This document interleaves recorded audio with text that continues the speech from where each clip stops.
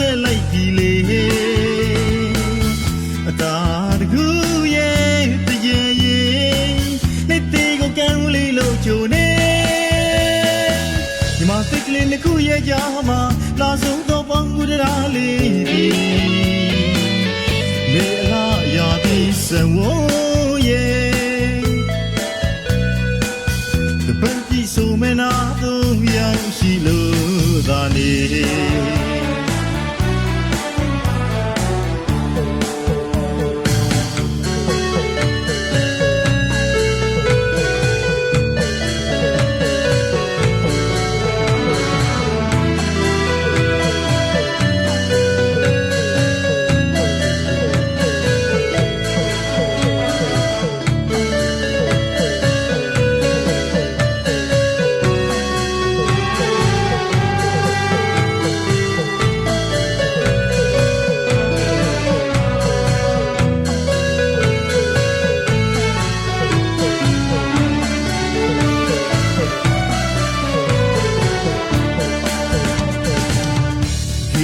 တပေါင်းရဲ့နေလေးပြေ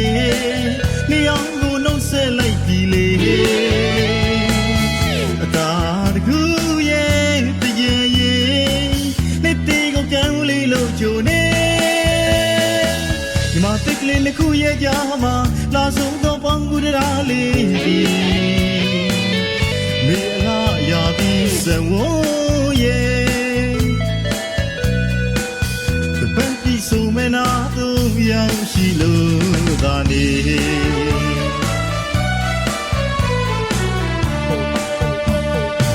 ရွှေဝဲသူရွှေဝဲသားတို့သူတကွဆင်တွေကြမယ်လေညံပြီးတစ်ခွေသာရငြိမ်းချမ်းရွှေလန်းကြပါစေပျော်ရွှင်စရာရည်သမီးဝဲသူတကွဆင်တွေကြမယ်လေညံပြီးတစ်ခွေသာရငြိမ်း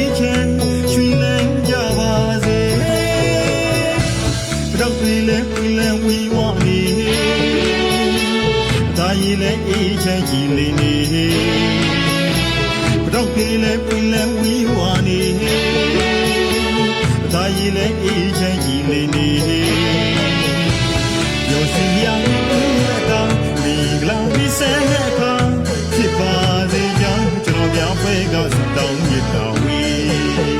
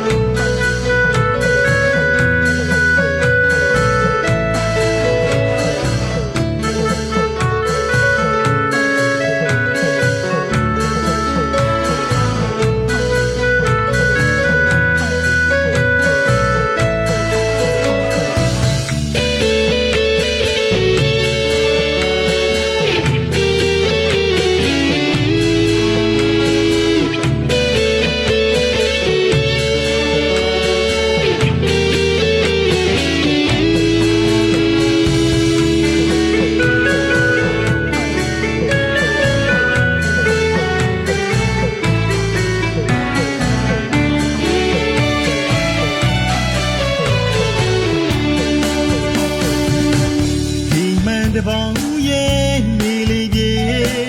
နေအောင်ကိုနှုတ်ဆက်လိုက်ပြီလေအတာတကူရဲ့တရေရဲ့နေ့တေကိုကံလေးလို့ကြိုနေဒီမှာတိတ်ကလေးတစ်ခုရဲ့ကြားမှာလာဆုံးတော့ပေါင်းကူတရားလေးမေအလားရာပြီးစံဝိုးရဲ့ဆိုမနာတော့ရောက်ရှိလို့သာနေ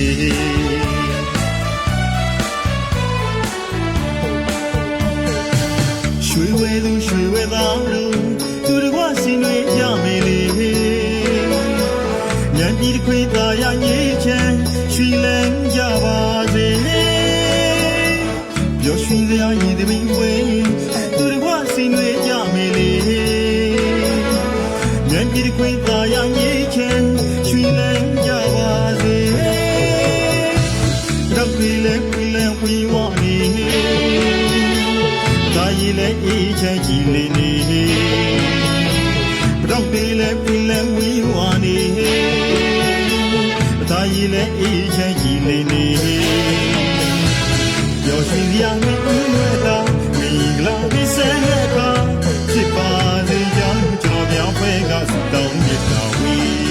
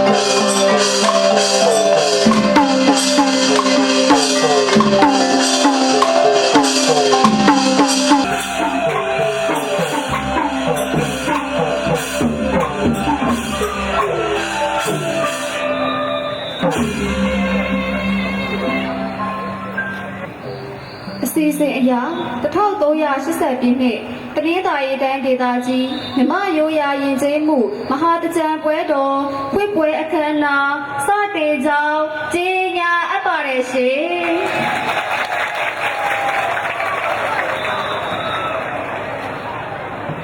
အစီအစဉ်လေးအရာတနင်္သာရီတိုင်းဒေသကြီးအစိုးရအဖွဲ့ဝန်ကြီးချုပ်ဦးမြင့်မောင်က1380ပြည့်နှစ်အတာတကြံမိဂောပြောကြားခြင်းနှင့်ဖွင့်ပွဲမင်္ဂလာအခါတော်ပေးစာတမ်းဖတ်ကြားခြင်းဖြစ်ပါတယ်ရှင်။မိဂောပြောကြားခြင်းနှင့်ဖွင့်ပွဲမင်္ဂလာအခါတော်ပေးစာတမ်းဖတ်ကြားပေးပါရန်တနင်္သာရီတိုင်းဒေသကြီးအစိုးရအဖွဲ့ဝန်ကြီးချုပ်ဦးမြင့်မောင်အားလေးစားစွာတင်ပြအပ်ပါတယ်ရှင်။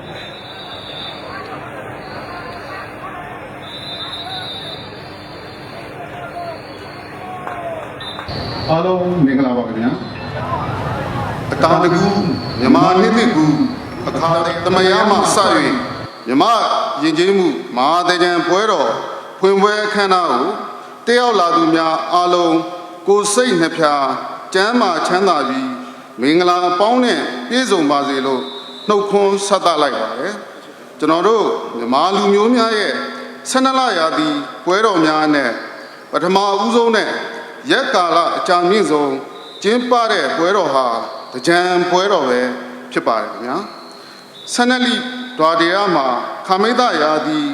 ရင်းအစချီသည့်လားတွင်မီတကူစိတ်တရကျဲပြောင်းငယ်ညင်းတကောင်ကြားခါမှာမြူးဟူ၍ရှေးစာဆိုတော်ကြီးဥပုံညာရဲ့ရာသီဘွဲ့တေးထက်အတိုင်းတကူးလာကိုမိတ်တရာသီလို့ခေါ်ကြပါတယ်တကူးလာမှာစိတ်တရနက္ခတ်ဟာလာမင်းရဲ့ ရှင်ပြိုင်ထွန်းတဲ့လည်းရှိတာကိုတွေ့ရပါတယ်တကူးလာမှာ29ရက်သာရှိတဲ့အတွက်ရက်မစုံလာလည်းဖြစ်ပါတယ်နာယီအားဖြင့်နေ့ည30နာရီရှိပါတယ်7နာရီရနံနက်6နာရီမှာနေထွက်ပြီးညနေ6နာရီမှာနေဝင်ပါတယ်တကူးလာရဲ့ယာတီရုပ်ဟာစိတ်တော်ရဲ့ပုံဖြစ်ပါတယ်တငါတာယာလည်းထုံးလင်းတဲ့အချိန်ခါဖြစ်ပါတယ်တကူးလာရဲ့ယာတီပန်းကတော့ဂန့်ကိုရင်ခတ်နဲ့ဗတော်ပန်းတွေပဲဖြစ်ပါတယ်အဲ့ဒီယာတီပန်း၃မျိုးထဲမှာဗတော်ပန်းကတော့ပေါ်လွင်ထင်ရှားလှပါတယ်ဗတော်ပန်းကိုကြံပန်းလို့တင်စားပေါ်ကြပါတယ်ဒါကြောင့်ရှေ့စာဆိုတော်ကြီးဦးကျော်ကလမ်းတစ်လျှောက်နှင့်ပါပြီးဆန်းတလောက်မလင်းနိုင်ပါဘူး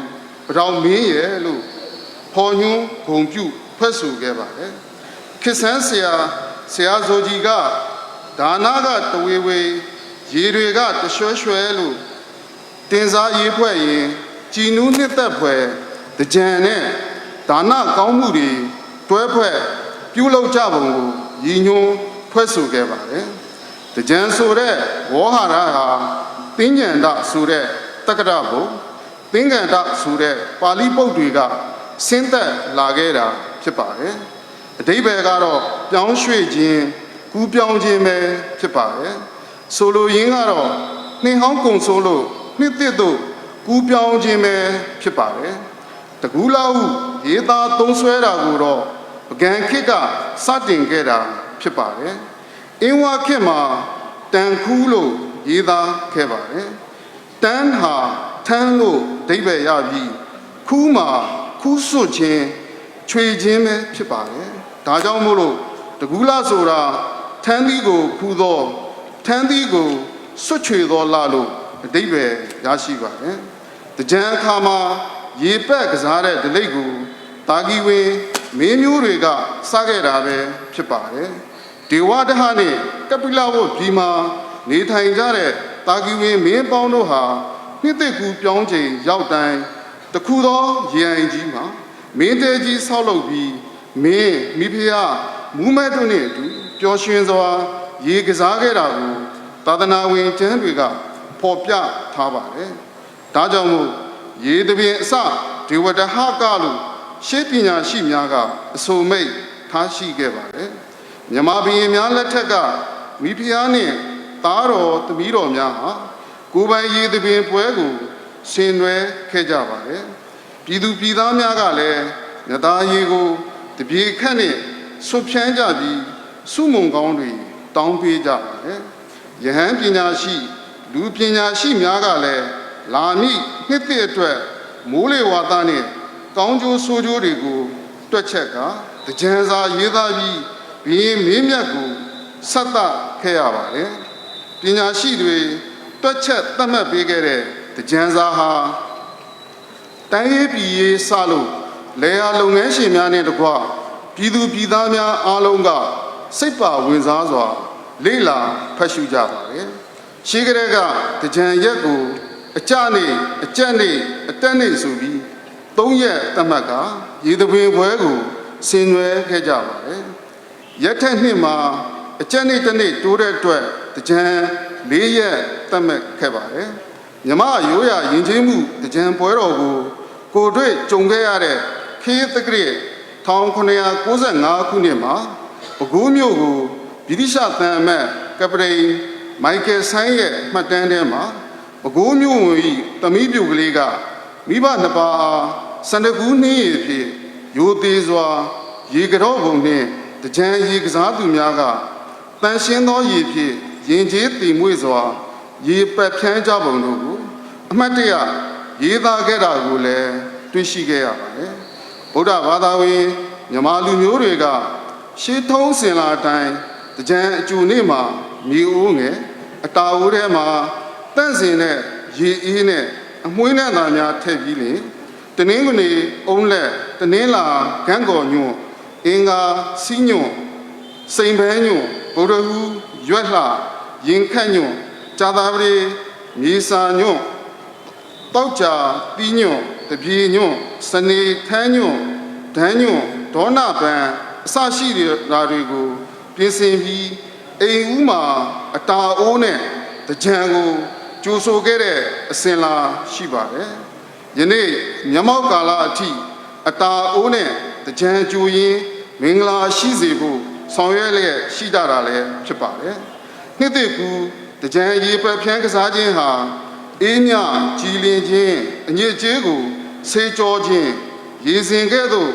အေးမြကြည်လင်စေလိုခြင်းရေဟာအကြမ်းမထင်ဆက်ဆက်နေသလို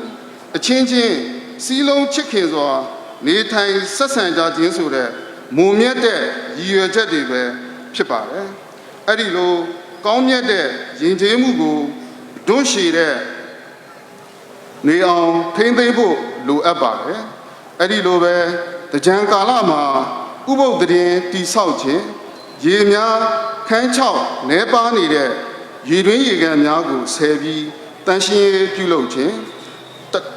တရားပြက်တွေကိုပြင်ဆင်မွမ်းမံခြင်းစတဲ့ကုသိုလ်ကောင်းမှုတွေကိုလည်းရှေးအစဉ်လာမပြတ်လုပ်သွားကြရမှာဖြစ်ပါတယ်အဲ့ဒါတွေသာမကအိုးစီဒိုးဘက်စတဲ့ရိုးရာဂီတဝိုင်းတွေလည်းလက်ပက်ကခုံရေကစားတာတွေတကြံမန်းတဲ့အမျိုးမျိုးဆောက်လုပ်ပြီးမြမယဉ်ကျေးမှုနဲ့အညီယဉ်ကျေးခြင်းရေကစားတာတွေစတူဒီတာ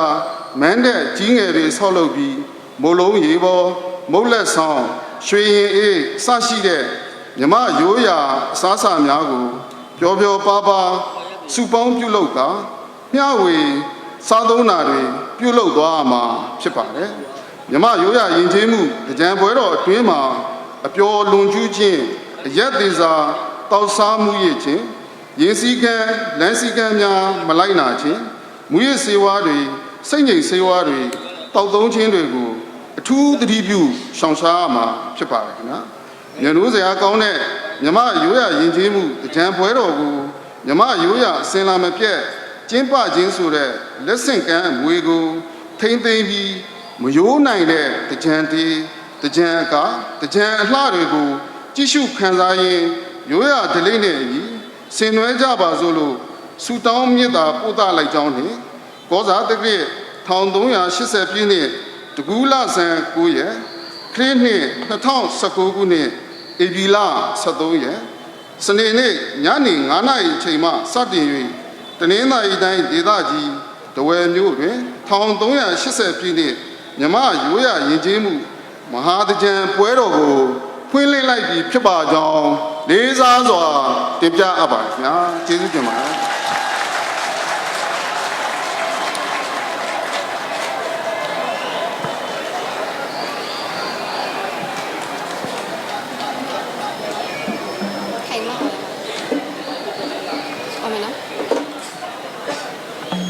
အစီအစဉ်9အရာ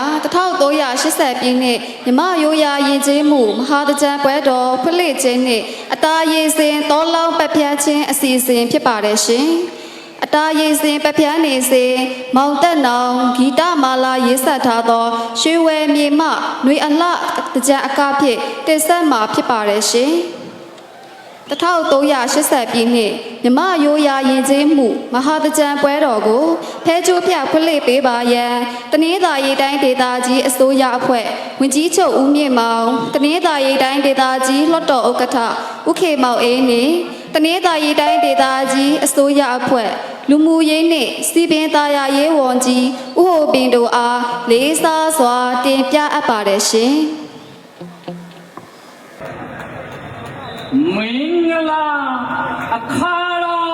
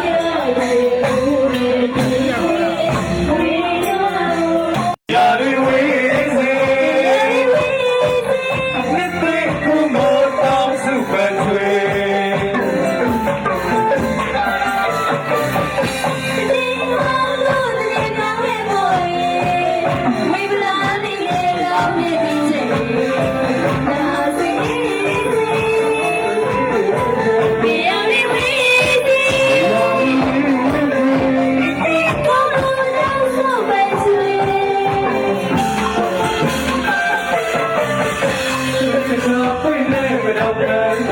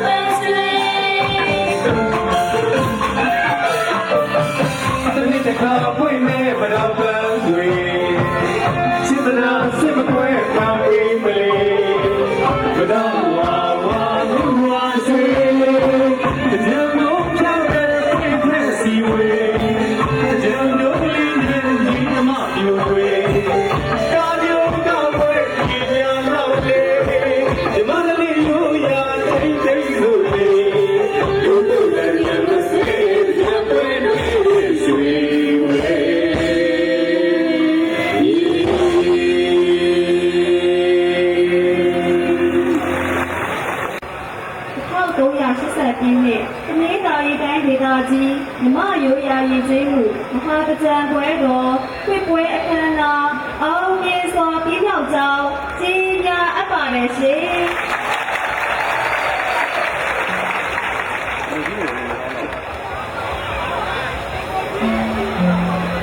ထိုပြည်ရဲ့အစီအစဉ်အရာဒဝဲရိုးရာအကအခွင့်မှတန်ဖိုးတက်တဲ့ချင်းဖြင့်ကောင်းကောင်းပြောပြမှာဖြစ်ပါတယ်ရှင်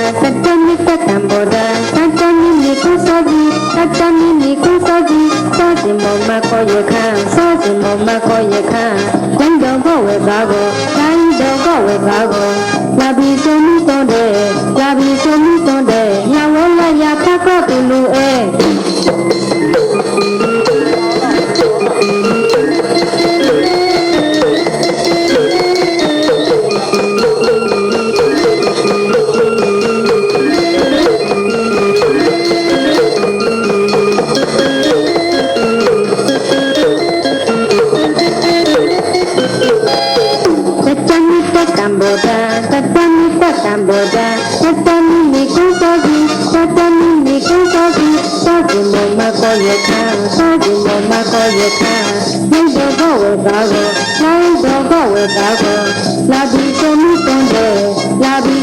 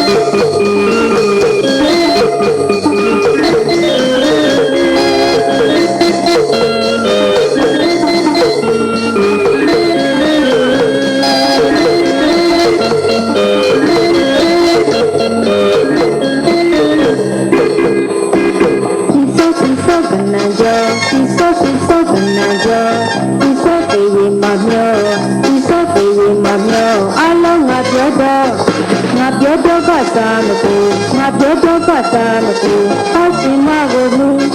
ပေါ့ရှင်မရှိတော့ကောက်ပေါ့ရှင်မရှိတော့ကောက်ဒီကြယုံနဲ့ခေါက်ကောက်ကောက်ကောက်ကောက်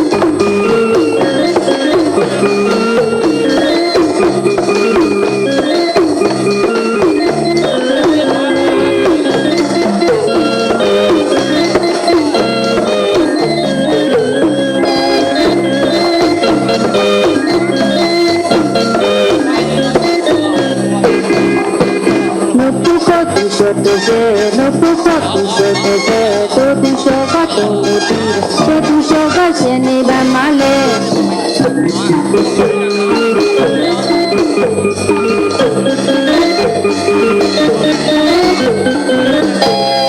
No puedo pisarte, no puedo pisarte, todo tu shoka todo tiro, todo tu shoka se ni va male.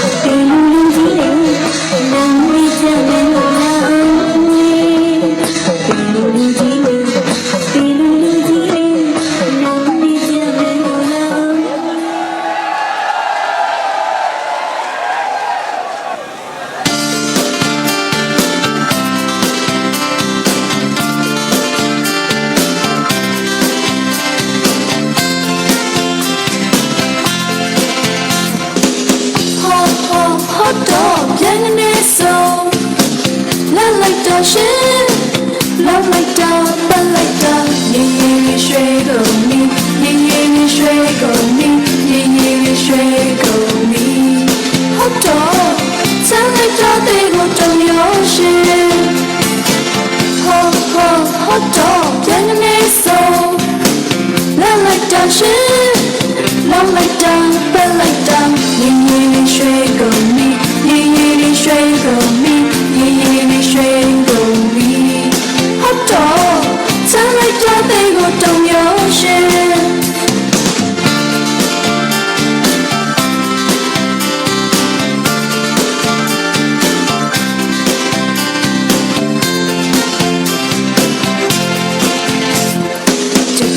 ဆိုမဆိုဆိုတကယ်တီမတီတီတို့ကြမင်းချင်းမလိုက်တဲ့တကယ်ဆိုမဆိုဆိုတကယ်တီမတီတီတို့ကြမင်းချင်းမလိုက်တဲ့ဒီကကြမှာပါဝင်နေမတို့တီးthem say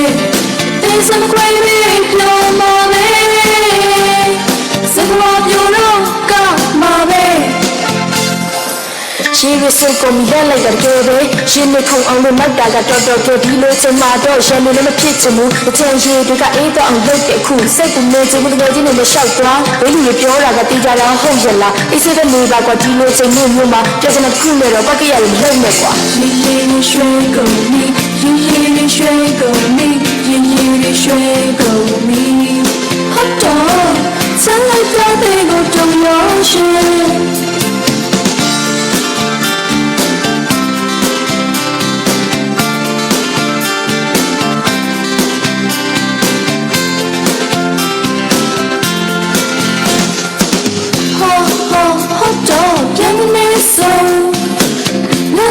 ရှင်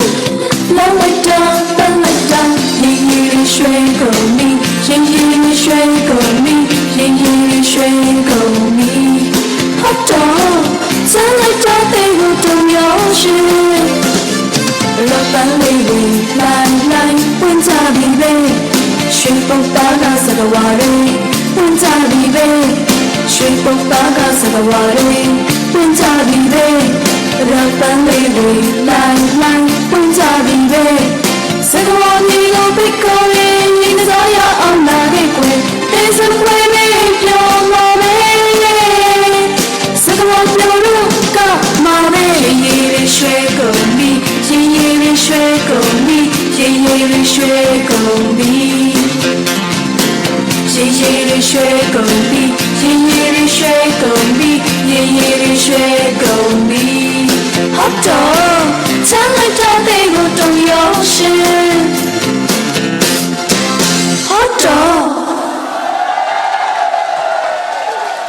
စီစီ300တနင်္သာရီတိုင်းဒေသကြီးရင်ကျေးမှုအကားဖွဲ့မှမြူမဝေကင်းအကားဖြင့်ဖျော်ဖြေပေးပါရန်ဖိတ်ခေါ်အပ်ပါတယ်ရှင်ဒီတော့တိုင်းရန်ပြေငင်းကြအောင်စုသုံးကားရီအေးစီကြောင်းလောင်းတဲ့လူမေးထူးထူးကဲကဲလာကြပါစေအစဉ်ပြေမြင်ရသူကြည်နူးလောက်ပေတန်တာသူမြမြဆိုတေးလေးတွေမမျိုးသူရဲ့ဂုံနဲ့ညီပဲရင်ကျေးသူတွေနှစ်ကပဲလောင်းခဲ့တာတွေအေးမြမြမမီရဲ့နိုင်ပေစင်ပြေမြင်ရသူကြည်နူးလောက်ပေတန်တာသူမြမြဆိုတေးလေးတွေမမျိုးသူရဲ့ဂုံနဲ့ညီပဲရင်ကျေးသူတွေနှစ်ကပဲလောင်းခဲ့တာတွေအေးမြမြမမီရဲ့နိုင်ပေသင်ပြတ်နေရွှေပန်းတော့တွေတွေ့ရဲ့လို့စင်မြဲများငါလှတဲ့မေဝင်းနာမောက်မူလောင်းတဲ့ရေဘေးပြာဝေးကွာကင်းစင်ပါလေတင်းပြတ်နေရွှေပန်းတော့တွေတွေ့ရဲ့လို့စင်မြဲများငါလှတဲ့မေဝင်းနာမောက်မူလောင်းတဲ့ရေဘေးပြာဝေးကွာကင်းစင်ပါဒီရေွယ်တင်းကြောင်ရေ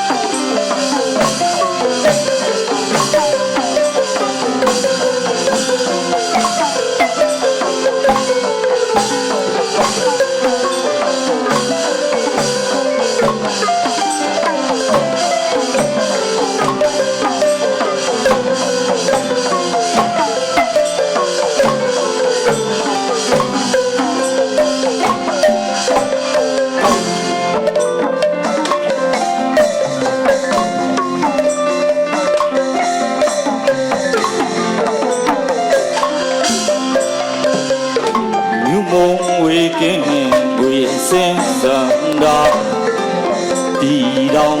တိုင်းရန်ပြေငိမ့်ကြအောင်စု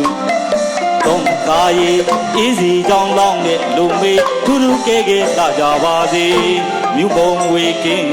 ငွေစင်စန္ဒာပြည်တောင်တိုင်းရန်ပြေငိမ့်ကြအောင်စုသုံးကားရီအေးစီကြောင်းလောင်းတဲ့လူမေးထူးထူးကဲကဲလာကြပါစေစင်ပြေမြင်ရသူကြည်လူလောက်ပေတန်တာချိုးမြမြဆူတေးလေးတွေမတ်မျိုးသူရဲ့ကုံနဲ့ညီပေးရင်ကျေသူတွေနှစ်ကပဲလောင်းခဲ့တာတွေအေးမြမြမမိရဲ့နိုင်ပေစင်ပြေမြင်ရသူကြည်လူလောက်ပေတန်တာချိုးမြမြဆူတေးလေးတွေမတ်မျိုးသူရဲ့ကုံနဲ့ညီပေးရင်ကျေသူတွေနှစ်ကပဲလောင်းခဲ့တာတွေအေးမြမြမမိရဲ့နိုင်ပေသင်ပြတ်နေရွှေပန်းတော့ပြီးတွေ့ရဲ့လို့စင်မြဲမြန်းကလှတဲ့မေဝင်နာမောက်မှုတောင်းတဲ့ရေဘေးပြာဝေးကွာကင်းစင်ပါလေတင်ပြတ်နေရွှေပန်းတော့ပြီးတွေ့ရဲ့လို့စင်မြဲမြန်းကလှတဲ့မေဝင်နာမောက်မှုတောင်းတဲ့ရေဘေးပြာဝေးကွာကင်းစင်ပါဒီရေွယ်တင်းကြရေ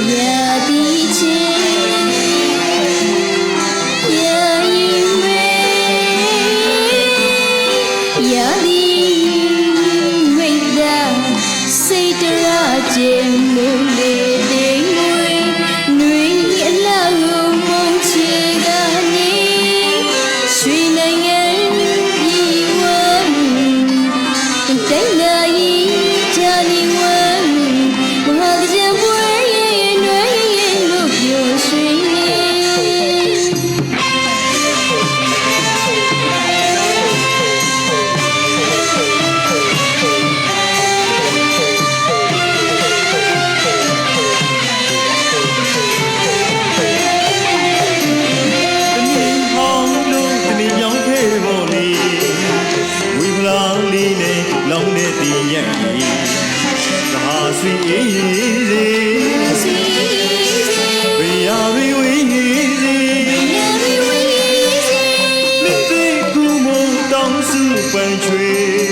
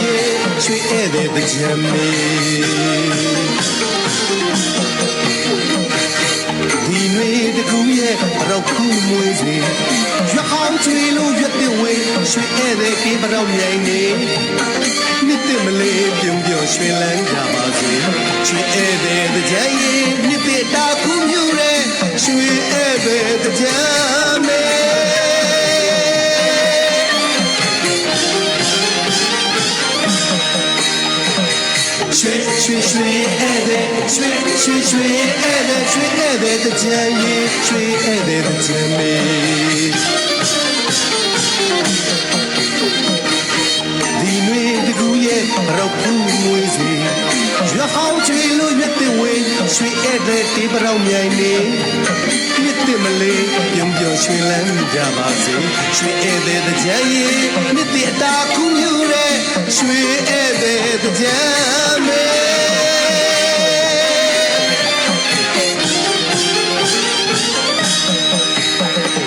မြစ်တကူတဲ့တကြံတို့တေးတဲ့ရွှေဧည့်သည်ကရင်တွေခုံမြန်တနေ့ရောက်သည့်နေ့တိုင်းရွှေဒူးတယ်လေးမရက်နိုင်ပြန်နောက်နှစ်ခါမအောင်နိုင်ပါဘူးတရားမင်းမတက်ခင်အဖြေလေးချခြင်းမရရတဲ့စီကြဒူးတယ်ဝေကပြရဲ့ဘရောက်တစ်ခင်လွင့်ချင်အော်ချစ်တဲ့တဲ့မိုးနဲ့တဲ့အိမ်မဲ့တဲ့တန်တာကြီးတဲ့တော့မလုံလိုက်စေဖို့ရဲ့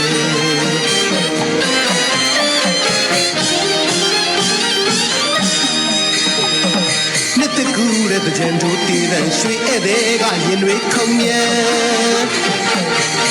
အတနေ့ရောက်သည့်နေ့တိုင်းရွှေဒူးတယ်လေးမရက်နိုင်ပြန်နောက်နှစ်ခါမအောင်နိုင်ပါဘူးတရားမင်းမတက်ခင်အဖြေလေးချခြင်းမရရတဲ့စီကြတို့တဲ့ဝေကပြရဲ့ဘရောက်တစ်ခက်လွင့်ချင်အော်ချစ်တဲ့ကြံမိုးနဲ့ကြံအိမ်မဲ့ကြံတန်တာကြီးတဲ့ကြံတော့မလုံလိုက်စေဖို့ရဲ့တော်ရွှေရဲ့တဲ့ကြံရွှေဧည့်သည်ရဲ့တဲ့ကြံယူရမပြတ်အတာတဲ့ကြံမိသားစုတွေပြောစီရဲ့တော်ရွှေရဲ့တဲ့ကြံရွှေဧည့်သည်ရဲ့တဲ့ကြံယူရမပြတ်အတာတဲ့ကြံမိသားစုပြောစီရဲ့ရွှေဧည့်သည်ကတဲ့ကြံကိုလမ်းပဲသူ့ဖို့တင်ရဲ့ရွှေဧည့်သည်ကဘရောကူးနဲ့လင်းဝဲပြဲမို့ရဲ့ရွှေဧည့်သည်ကကြံဒိုးကံပဲသူ့ဖို့တင်ရဲ့ရွှေဧည့်သည်ကဘရောကူးနဲ့လင်းဝဲပြဲမို့ရဲ့အတာတကူတီအလားနဲ့ရွှေဧည့်သည်တူးဖို့ပေတူး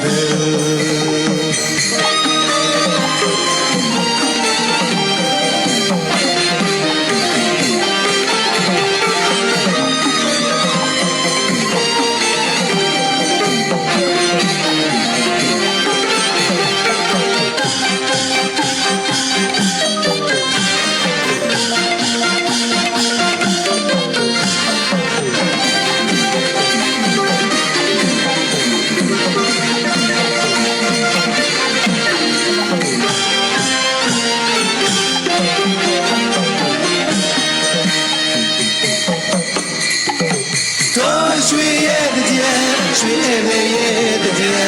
ယူရမပြတ်အတာတဲ့ကြံမိသားစုတွေပြောသေးရဲ့ရွှေရဲ့တဲ့ကြံရွှေဧည့်သည်ရဲ့တဲ့ကြံယူရမပြတ်အတာတဲ့ကြံမိသားစုတွေပြောသေးရဲ့ရွှေဧည့်သည်ကတဲ့ကြံဒိုးလံပဲတူပိုတင်ရဲ့ရွှေဧည့်သည်ကဘရောက်ကူးနဲ့လင်းမွေးပြဲမို့ရဲ့ရွှေဧည့်သည်ကတဲ့ကြံဒိုးလံပဲတူပိုတင်ရဲ့ရွှေဧည့်သည်ကဘရောက်ကူးနဲ့လင်းမွေးပြဲမို့ရဲ့အတာတကူတီအလားနဲ့ရွှေဧည့်သည်တူပိုပေတူတဲ့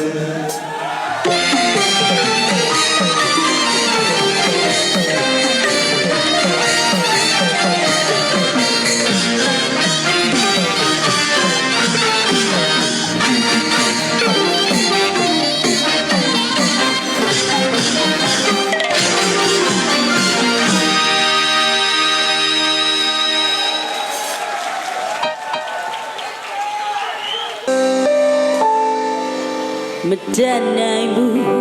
စနေကလွန်နာကိုမတားနိုင်ဘူးတစီတဲ့မြင်စလို့မပြတ်နိုင်ဘူး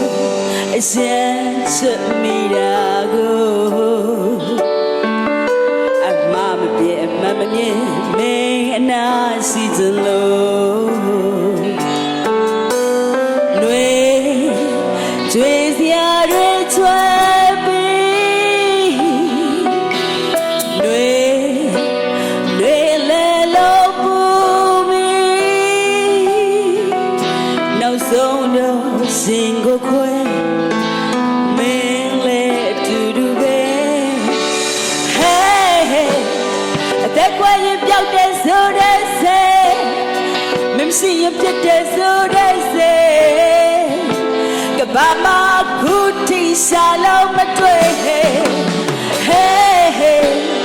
တတိယရင်မျက်ရင်မလဲတဲ့ဆေးမရှိရင်ဖြစ်တဲ့ဆိုတဲ့ဆေး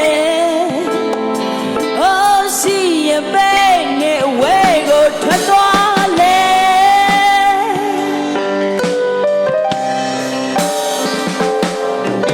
မတတ်နိုင်ဘူးစနေကချစ်တာကိုမဖြစ်နိုင်ဘူးငါယူတော့မိတာကိုငါမပြတ်နိုင်ဘူးအရင်ချစ်မိတာကိုအမကိုအမငယ်နေအနာရှိကြလို့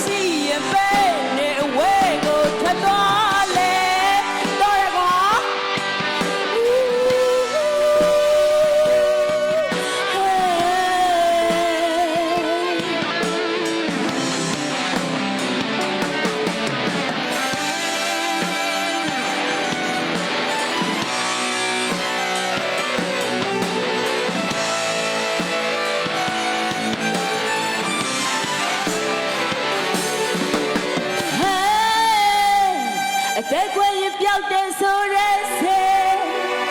မမရှိရင်ဖြစ်တဲ့ဆိုရဲစေကဘာမခုထိရှာလို့မတွေ့ဟေးတတိယရင်မျက်ရင်မလဲတဲ့စေ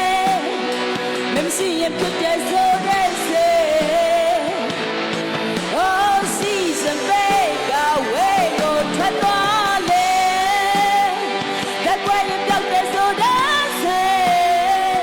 See you put that so that's it. The Bama good team see you hey hey. The dia ye me ye let us say. Mem see you put that so that's it. Oh see some baby away go tatale. Jesu nyai de ba le.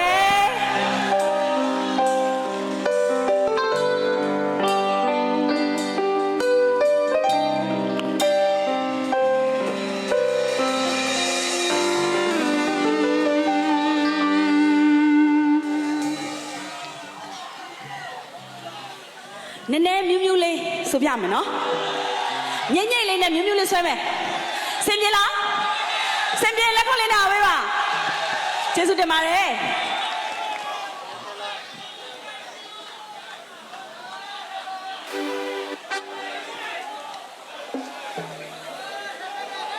ချစ်သူနဲ့ဝေးနေတဲ့သူတွေအတွက်တယောက်ထဲလားဆိုပြမယ်နော်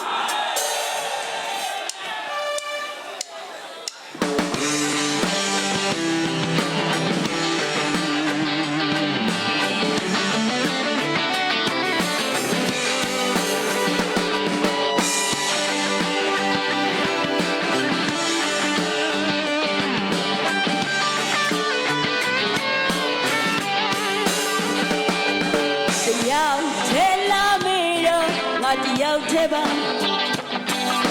စင်နာသူချင်းမင်းအဝတ်သွားတဲ့ခါတယောက်ထဲလာမေတော့ငါတယောက်ထဲပါမိအချောင်းကိုတွေ့နေစမ်းနေလောလာဒီမြေဒီကမလောကပြုတ်ခွဲသွားစေကောင်းပြီလေလဲမြမဲဖြစ်လိမ့်မယ်စလုံးလုံးစားလိုက်မယ်ချစ်သူထ လေကိုပဲ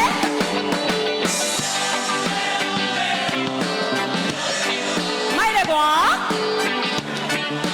မင်းဝစ်သွားတဲ့ခါ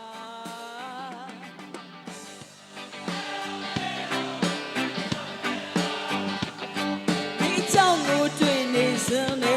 တော့လာโอเค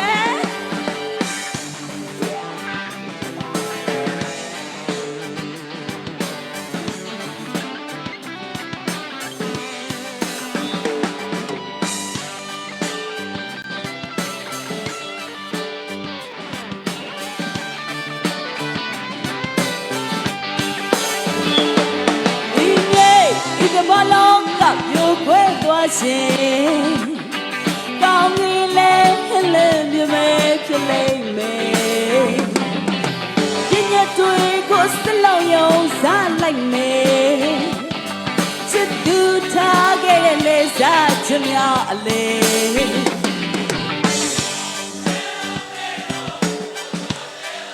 โอเคလူဆိုတာဟာရုပ်ဝတ္ထုမဟုတ်ပါ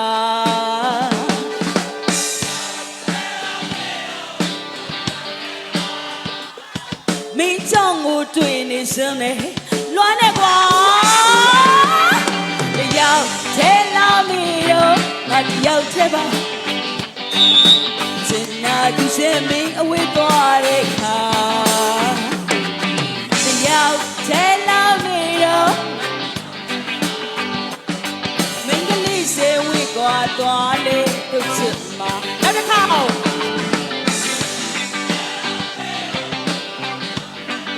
မပဲနဲ့နော်မင်းဝေးသွားတဲ့ခါရက်လိုက်ရတယ်နော်လား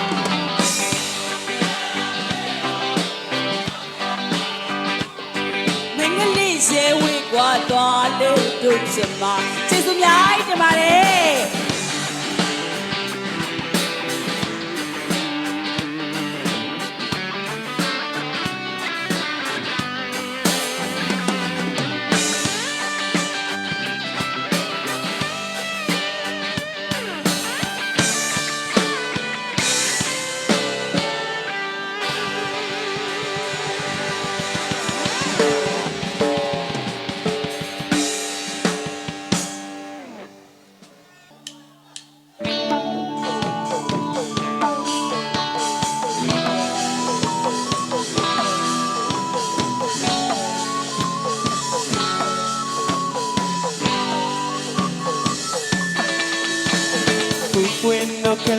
စီချင်းခါမလေးမတောင်းပွင့်တဲ့ကူလာရာဒီဂိမ်းမန်တွေအတားရည်သပင်ဒီကြံပွဲနွယ်ကြတဲ့အချိန်ကူပွင့်တို့ခက်လက်ဝေးစီချင်းခါမလေးမတောင်းပွင့်တဲ့ကူလာရာဒီဂိမ်းမန်တွေအတားရည်သပင်ဒီကြံပွဲနွယ်ကြတဲ့အချိန်ဟောင်းရွက်တွေပြောင်းငယ်တဲ့တွေပြောင်းငယ်တဲ့တွေဟောင်းရွက်တွေနှစ်တိကိုကြိုးစိုးရင်နဲ့မင်္ဂလာပါဖွင့်လို့ဆက်ရပြီ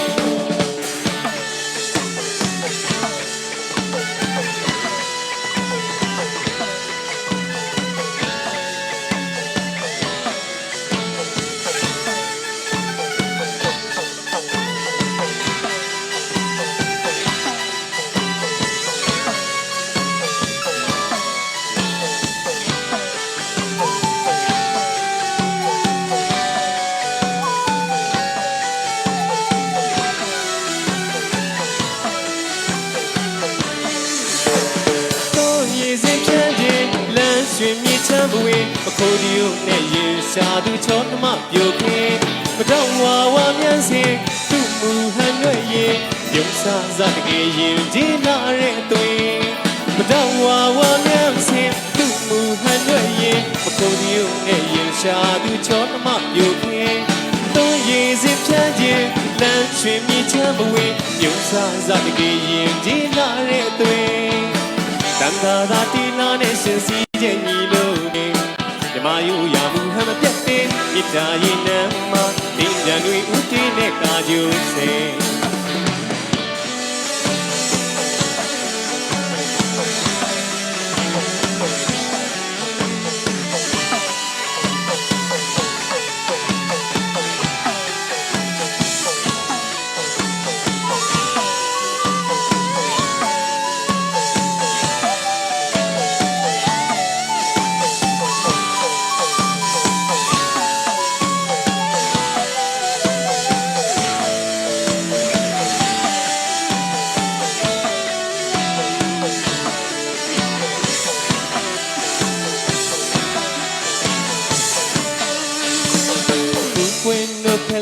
စီချိန်ခါမလေးမတော်ပွင့်တဲ့ကူလာရသည်ကိမန်တွေအတားရည်သပင်ဒီကြံပွဲနွယ်ကြတဲ့အချိန်သူပွင့်တော့ခလက်ဝေးစီချိန်ခါမလေးမတော်ပွင့်တဲ့ကူလာရသည်ကိမန်တွေအတားရည်သပင်ဒီကြံပွဲနွယ်ကြတဲ့အချိန်ဟောင်းရွက်တွေပြောင်းငယ်တွေပြောင်းငယ်တွေဟောင်းရွက်တွေနှစ်တစ်ကိုကြိုးစိုးရင်နဲ့မင်္ဂလာပါခွန်လို့ဆက်ရပြီကိုယ်ရည်စချမ်းချင်းလမ်းရွှင်မြေချမ်းမွေမဖို့ဒီုံနဲ့ရင်ရှာသူချောသမပြိုခေမတော့ဝါဝါမြန်စင်သူ့မူဟန်တွေရင်ရုပ်စားစားတကယ်ရင်ကျင်းလာတဲ့အတွေ့မတော့ဝါဝါမြန်စင်သူ့မူဟန်တွေရင်မဖို့ဒီုံနဲ့ရင်ရှာသူချောသမပြိုခေရည်စင်ချမ်းချင်းလမ်းရွှင်မြေချမ်းမွေရုပ်စားစားတကယ်ရင်ကျင်းလာတဲ့အတွေ့အတန်သာသာတီနာနဲ့ရှင်စီတဲ့ညီလို့ပင်မြမယူရမှုဟမ်းမပြတ်တဲ့မြစ်တာရင်နှံမှာတင်းကြံတွေဥတီးနဲ့ကာကျိုးစင်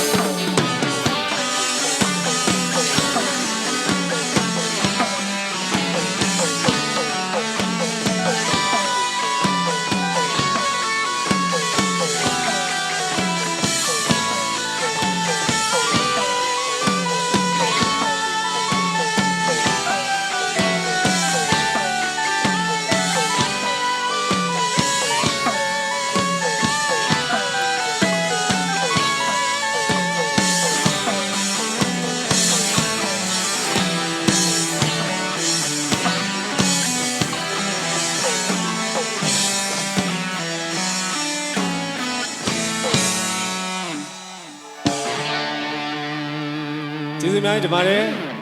ဆက်လက်ပြီးဒုတိယတစ်ပုတ်အနေနဲ့ပတောက်လက်ဆောင်လို့မြည်ရပါတယ်နားဆင်မိပါ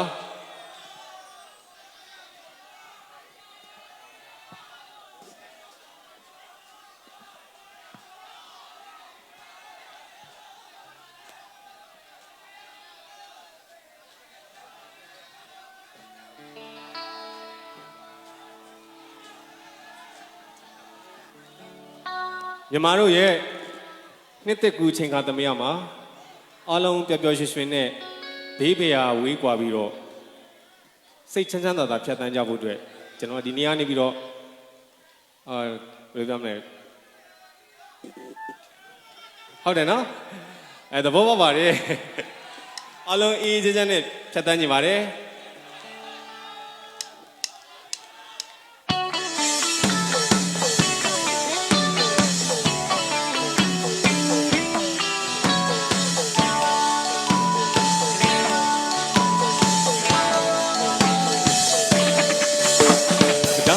ဆောင်ပေးမယ်နှစ်တစ်ကျလို့ရဲ့ရောက်ခဲ့ပြီးဒီနွေတကူထူတဲ့ခါမယ်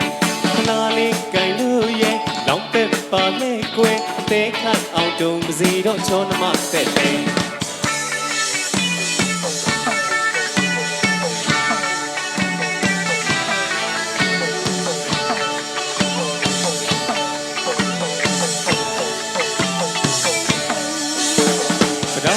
ဆောင်ပေးမယ်နှစ်တစ်ကျလို့ရဲ့ရောက်ခဲ့ပြီးဒီနွေတကူထူတဲ့ခါမယ်ခလာလေးကြိုင်လို့ရဲ့လောင်သက်ပါလေကွယ်အသေးခတ်အောင်တုံးပါစီတော့ချောနမသက်တယ်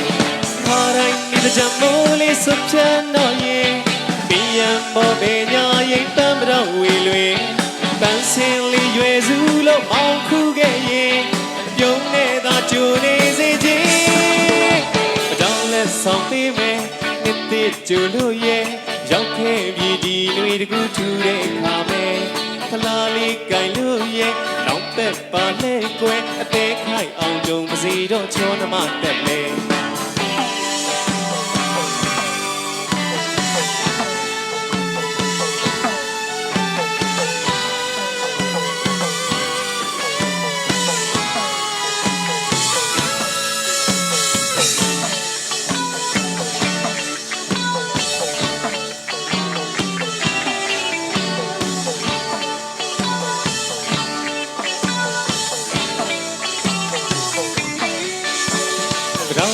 ဆောင်ပေးမယ်နှစ်တစ်ကျလို့ရဲ့ရောက်ခဲ့ပြီးဒီနွေတကူထူတဲ့ခါမယ်ခလာလေး လေးကိုင်လို့ရဲ့လောင်းပဲ့ပါလေကွယ်အသေးခိုင်အောင်တုံးစီတော့ချောနမတဲ့လေခါတိုင်းမိတဲ့ကြမိုးလေးစွချမ်းတော့ရဲ့ပြင်းရမောပဲညာရဲ့တမ်းမတော့ဝေလွင်တန်းစင်းလေးရွယ်စုလို့အောင်ခုခဲ့ရင်အပြုံးနဲ့သာကြိုနေစေခြင်းပဒေါင်းလက်ဆောင်ပေးမယ်မြစ်တစ်ကြိုလို့ရဲ့ကြောက်ခဲ့ပြီးဒီတွေတကူထူတဲ့ခါမယ်ခလာလေးကိုင်လို့ရဲ့လောင်းပဲ့ပါလေကွယ်အသေးခိုင်အောင်တုံးစီတော့ချောနမတဲ့လေ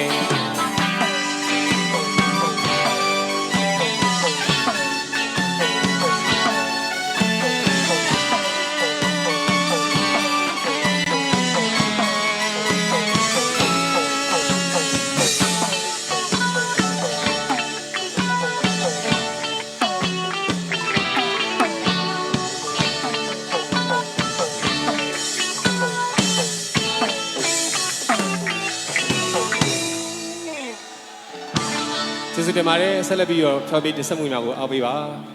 တကြီးမင်္ဂလာပါဘိုးအောင်နေတော့မဟုတ်ဘူးဘိုးဦးတင်ပါ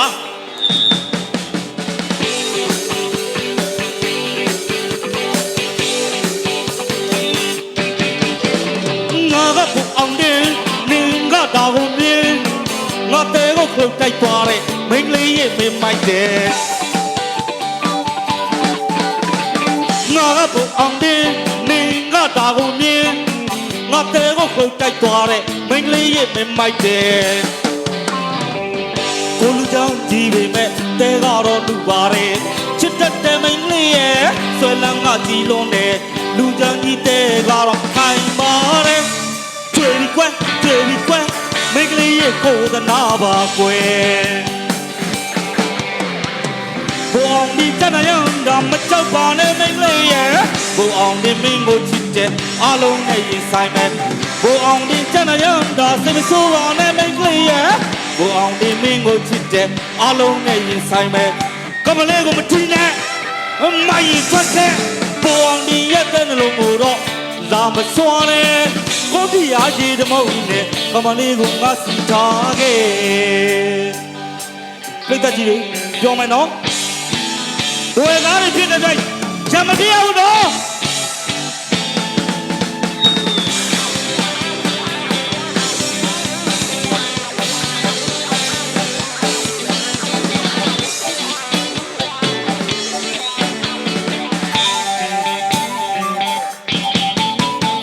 ငါကဘအောင်နေနင်ကတာကိုမနေငါတဲကိုခုတ်တိုက်သွားတဲ့မင်းကလေးရဲ့မင်းမိုက်တယ်ငါကဘအောင်နေနင်ကတာကိုမနေငါတဲကိုခုတ်တိုက်သွားတဲ့မင်းကလေးရဲ့မင်းမိုက်တယ်ကိုလူချမ်းကြည့်ပေမဲ့တဲကတော့လူပါတယ်ချစ်တတ်တဲ့မင်းကလေးရဲ့ဆွဲလန်းကကြည်လုံးတယ်လူချမ်းကြီးတဲကတော့ထိုင်ပါတယ်ကိုယ်သနာပါကွယ်ဘိုးအောင်ဒီတနယံတော့မကြောက်ပါနဲ့မိန်းကလေးရဲ့ဘိုးအောင်ဒီမင်းကိုချစ်တယ်အလုံးနဲ့ရင်ဆိုင်မယ်ဘိုးအောင်ဒီတနယံတော့စိတ်ဆိုးပါနဲ့မိန်းကလေးရဲ့ဘိုးအောင်ဒီမင်းကိုချစ်တယ်အလုံးနဲ့ရင်ဆိုင်မယ်ကမလေးကိုမထီးနဲ့မရင်ထွက်တဲ့ဘိုးအောင်ဒီရဲ့တဲ့နှလုံးကိုတော့လာမစွာနဲ့ကိုပြရရှိတဲ့မုံနဲ့ကမလေးကိုငါစီထားခဲ့ဘိုးအောင်ဒီတနယံတော့စိတ်ဆိုးပါနဲ့မိန်းကလေးရဲ့ဘိုးအောင်ဒီမင်းကိုချစ်တယ်အလုံးနဲ့ရင်ဆိုင်မယ်ဘိုးအောင်ဒီတနယံတော့စိတ်ဆိုးပါနဲ့မိန်းကလေးရဲ့ဘိုးအောင်ဒီမင်းကိုချစ်တယ်အလုံးနဲ့ရင်ဆိုင်မယ်ကမလေးကိုမထီးနဲ့မရင်ထွက်တဲ့ဘိုးအောင်ဒီရဲ့တဲ့နှလုံးကိုတော့လာမစွာနဲ့ကိုပြရရှိတဲ့မုံနဲ့ကမလေးကိုငါစီထားခဲ့ကမလေးကိုမထီးနဲ့ပြိတ္တာအလုံးကျေးဇူးတင်ပါတယ်ဒွယ်မျိုးကညီကိုတွေနော်ခိုက်ရမဖြစ်ရဘူးနော်အဲ့ဒါလို့တဲ့ တနေ့သာရီတိုင်းဒေသကြီးအစိုးရအဖွဲ့ဝင်ကြီးချုပ်နှင့်ဧည့်သည်တော်များပြန်လည်ထွက်ခွာတော့မှာဖြစ်ပါတယ်ရှင်